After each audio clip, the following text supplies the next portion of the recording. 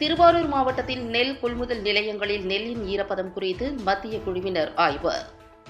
திருவாரூர் மாவட்டத்தில் நீடாமங்கலம், கோவில்வெண்ணி, ஊர்குடி, கொட்டாரக்குடி உள்ளிட்ட பல்வேறு பகுதிகளில் உள்ள நேரடி நெல் கொள்முதல் நிலையங்களில் இந்திய தானிய சேமிப்பு மேலாண்மை மற்றும் ஆராய்ச்சி நிறுவனத்தின் துணை இயக்குநர் பி. சிங் தலைமையிலான மத்திய குழுவினர் நெல்லின் ஈரப்பதம் குறித்து ஆய்வு மேற்கொண்டு வருகின்றனர்.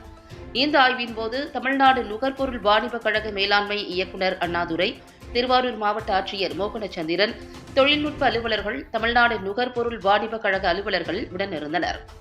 நேரடி நெல் கொள்முதல் நிலையங்களில் 17% ஈரப்பதம் இருந்தால் மட்டுமே நெல் கொள்முதல் செய்யப்பட்டு வந்தது.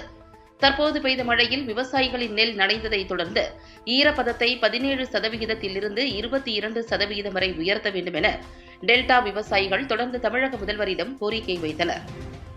இது தொடர்பாக முதலமைச்சர் ஒன்றிய அரசிடம் நெல்லின் ஈரப்பதத்தை உயர்த்தி கொள்முதல் செய்ய வேண்டும் என்று கடிதம் எழுதினார். இதன்படி வருகை தந்த மத்திய குழுவினர் நேரடி நெல் கொள்முதல் நிலையத்தில் விவசாயிகள் சங்க பொதுச் செயலாளர் PR பாண்டியன் மற்றும் விவசாயிகளிடம் குறைகளை கேட்டறிந்து விவசாயிகள் எடுத்து வந்த நெல்லின் மாதிரிகளை சேகரித்து ஆய்வகத்திற்கு எடுத்து சென்றனர். நெல்லின் ஈரப்பதம் ஆய்வு செய்த பின்னர் அறிக்கை வெளியிடப்படும் என தெரிவித்துள்ளனர்.